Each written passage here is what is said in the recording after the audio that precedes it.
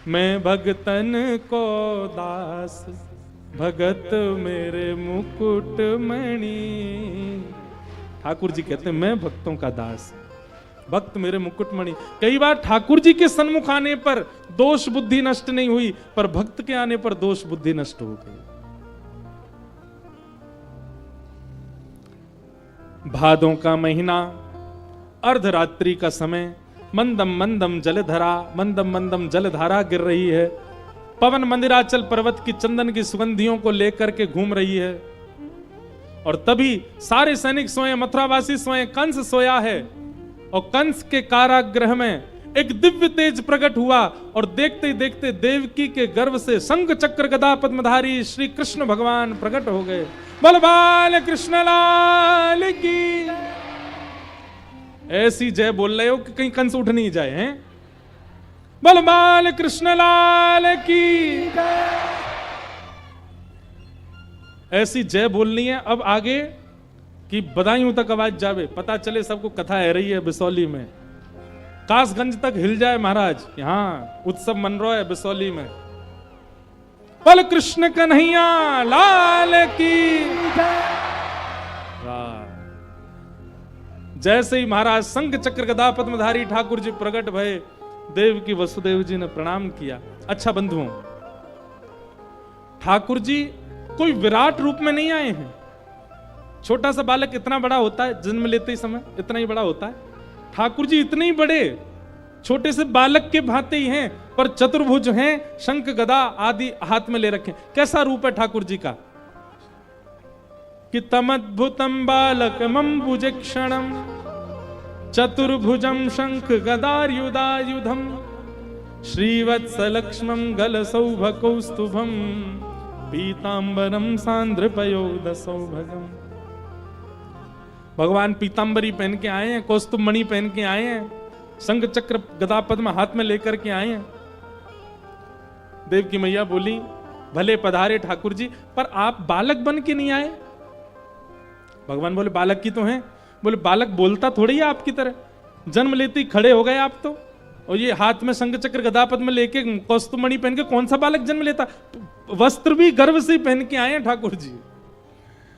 देव की मैया ने जब कहा तो ठाकुर जी ने आयुध त्याग दिए, दो भुजाएं अंतर ध्यान कर दी, वस्त्र भी उतार दिए, नन्हे से बन गए और ठाकुर जी थोड़े से रोने लगे। देव की मैया बोली हाँ अब लग रहा है कि बालक का जन्म हुआ। भगवान बोले मैया अब एक काम करो। क्या? अभी अभी गोकुल में यशोदा मैया ने एक लाली को जन्म दिया है। पिताजी हमको लेकर के गोकुल चले जाएं, गोकुल में जाके हमको यशोदा मैया के बगल में सुला देंगे। सो रहे हैं सब लोग, हमारी माया से अभी कोई नहीं जाग रहा है, केवल आप दो जागे हैं बस। यशोदा मैया के बगल में हमको सुला दें और वहां जो बालिका है उसको यहां ले आए और ला करके कंस को दे दें। देव की मैया बोली कंस बहुत क्रूर है, बालिका को मार देगा। बोले अरे वो बालिका नहीं है, साक्षात वैष्णो देवी अष्टभुजी भद्रकाली है। उसको कंस को सबक सिखाने के लिए ही भेजा मैंने, सब मेरी लीला है।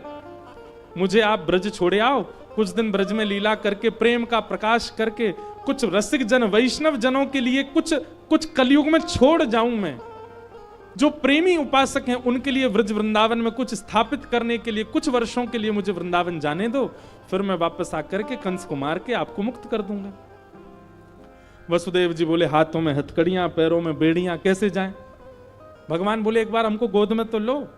वसुदेव जी ने जैसे ही गोद में लिया, हथकड़ी खुल गई, बेड़ियां खुल गई, सारे ताले खुल गए। भगवान बोले भक्त जब मेरा आश्रय लेता है उसके सारे बंधन तोड़ने की खोलने की जिम्मेवारी मेरी होती है, आप बस आश्रय लो। कई लोग ठाकुर जी की सन्निधि क्यों नहीं ले पाते? बंधन बहुत हैं। आप बंधन छोड़ने की प्रतीक्षा करोगे जीवन निकल जाएगा, ठाकुर जी की शरणागति नहीं ले पाओगे। बंधन सहित ठाकुर जी के पास जाओ, ठाकुर जी को कहो ये बंधन है, ठाकुर जी छुड़वाएंगे, ठाकुर जी तोड़वाएंगे। वसुदेव जी ठाकुर जी को लेकर के और गोकुल की ओर प्रस्थान कर रहे हैं। यमुना जी को पार कर रहे थे, यमुना जी ने मार्ग प्रदान किया, बीच से ठाकुर जी को लेकर के श्री वसुदेव जी महाराज गोकुल पहुंचे। गोकुल में जाकर के सोई हुई यशोदा मैया के बगल में लाला सुवाए दी और लाली लेकर के मथुरा आए। मथुरा में जैसे ही लाली आई, रोने लगी, कंस की नींद खुल गई। बालिका को पकड़ करके जैसे ही नीचे पटका, अष्टभुजी देवी भद्रकाली प्रकट हो गई। कंस ने कहा, देवी आप? बोले तुम्हारे शत्रु कृष्ण ने तो जन्म ले लिया ब्रजमंडल में। कब? बोले आज ही रात्रि को लिया है, तुम सोते रह गए, तुम्हें पता नहीं चला है। कहां जन्म लिया है? बोले ये नहीं बताऊंगी कहां लिया, लिया 84 कोस के ब्रज के अंदर ही है। देवी इतना कहकर के वहां से चली गई। अब यहां कंस राक्षसों को बुला रहा है अपने शत्रु को ढूंढने के लिए, हम लोग गोकुल चलें। नंद बाबा बेचारे 80 बरस के है गए, अभी तक लाला नाए भयो। सब ब्रजवासीन को अब लगवे लगी कि बाबा अब के लाला है जाएगो। चकाचक घुटवाए थे ब्रजवासीन ने। चकाचक घुटवाए दे को मतलब पता है? चकाचक सबन को पूड़ी पवाए दे, खीर पवाए दे, सबन को दक्षिणा बांट दे। बाबा सब ब्रजवासी मिलके आशीर्वाद दे देंगे, तेरे घर लाला है जाएगो। नंद बाबा ने संतों के, ब्रजवासियों के, वैष्णवों के खूब भंडारे किए, अनुष्ठान किए। और इसलिए नहीं कि पुत्र हो, इसलिए इतनी सारी गैया हैं, इनको पालक हो। हमारे घर संत आते हैं, उनका सेवक हो। हमारे घर में ठाकुर जी की सेवा, इनका सेवक हो। ऐसा बालक हमारे घर आ जाए। आज जैसे ही सुबह का सूर्य उदय हुआ, नंद बाबा की दो बहन नंदा सुनंदा, जे दोनों उठ करके नंद भवन में देखने लगी। बोले अभी तक चहल पहल शुरू ना भाई। यशोदा मैया तो ब्रह्म मुहूर्त में उठ जाती हैं, उठ करके यमुना पूजन करने के लिए जाती हैं बालक की स्वस्थता के लिए। आज इतनी भोर है गई, अभी तक यशोदा मैया उठी नहीं। नंदा सुनंदा ने जैसे ही जाकर के कक्ष में देखी तो यशोदा मैया तो गहरी नींद में सोई हैं। धूप निकली आई है, सूरज ऊपर आ गया, अभी तक सब सो ही रहे हैं। ये पहली बार भयो भैया, ब्रह्म मुहूर्त में सब उठ जा में। नंदा सुनंदा आश्चर्य करने लगी। तभी नंदा बोली, अरे अरे बहन ने देखियो, यशोदा मैया के बगल में ऐसा लग रहा है कि चदरिया में कछु ढको भयो रखो है, हाथ पाम से हिल रहे। और जैसे जाकर के देखी तो महाराज नीलमणि जैसा एक बालक है, गले तक चदरिया ओढ़ रखी है, कटाक्ष नेत्र हैं, सुंदर नीलमणि जैसा मुखमंडल है, चदरिया ओढ़ रखी है। और ठाकुर जी कुल बुलाए रहे हैं, हाथ पाम चला रहे हैं। नंदा सुनंदा बोली, अरे बहन देखियो नंद बाबा के बालक भयो है। बोले अरे जल्दी देख के बता लाला है कि लाली। नंदा बोली, अरे कोई भी हो, कहा फर्क पड़े। बोले नाए नाए, एक लाला है जाए, फिर भली 6 लाली है जाए। क्यों? लाला की इतनी आवश्यकता काय को है? नंदा बोली, अरे सुनंदा तू जाने ना है, हम दोनों बहन हैं, हम दोनों बाकी बुआ लगेंगी। अब बुआ घर आवेगी, भैया हमते बड़े, उनते हम कछु आज्ञा कर ना सकें, भाभी हमते बड़ी, उनते भी हम कछु आज्ञा ना कर सकें। और कहीं भतीजी है गई, भतीजी इतनी कोमल होगी, वा तू कछु आज्ञा ना करेंगी। लेकिन भतीजो है गया तो बाप पे तो अपना पूरा जोर चलावेंगी, बा को कान पकड़ेंगी, बा को आज्ञा देंगी, हमारो सामान उठावेगो, हमारे पाम दबावेगो, या हमारे एक लाला तो चाहिए। अच्छा बहन ने देखियो चदरिया हटाए कि लाला है कि लाली।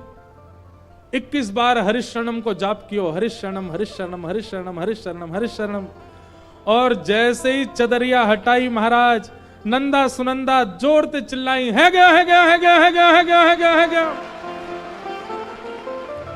और महाराज तुरंत दौड़ी हैं गौशाला की ओर, और पूरे रास्ता में गाती जा रही हैं, है गया है गया है गया है गया। सब पूछ रहे हैं कहा भयो? बोले अब तो है गयो। बोले भयो कहा? बोले बस है गयो। सब सोच रहे कहा भयो भैया। सब नंदा सुनंदा के पीछे पीछे दौड़े, बोले बता तो जा कहा भयो। नंदा सुनंदा नाच रही है, बोले बस अब तो है गयो। अरे देख कैसी बावड़ी बालिकाएं यूं कह रही है, यूं तो बताओ कहा भयो। नंदा सुनंदा गौशाला गई, गौशाला में नंद बाबा बैठे, नंद बाबा को जाकर के घेर लियो और दोनों तरफ घूम घूम करके हाथ पकड़ के, हाथ के बीच में नंद बाबा को लेके बोली, बाबा तुमने इतने ब्राह्मण जिमाए, इतने ब्रजवासी जिमाए, यमुना मैया की इतनी आराधना करी, इन सबन के फलस्वरूप। नंद बाबा बोले कहा? बोले पहले जी बताओ हमें कहा दोगे? नंद बाबा बोले अरे तू जो मांगेगी सो दूंगा, बता तो कहा भयो। बोले बाबा आपके घर नीलमणि जैसो लाला भयो है। ओहो, जितने लोग आए थे सब कहने लगे बोलो नंद के लाला की। फिर से ढीले पड़ गए आप। बोलो नंद के लाला की, कृष्ण कन्हैया लाल की। अब तो महाराज पूरे ब्रजमंडल में हवा की तरह बात फैल गई। बोले नंद जी के घर लाला भयो है। नंद बाबा ने ब्राह्मण बुलाए, स्वस्ति वाचन बुलवायो, और पूरे गोकुल में सब लोग अपने अपने घर से मक्खन ले ले करके आए हैं, लोना बना बना करके उछाल रहे हैं, नाच रहे हैं, गा रहे हैं। कहा हो ब्रज में है रही जय जयकार, नंद घर लाला जायो है, ब्रज में है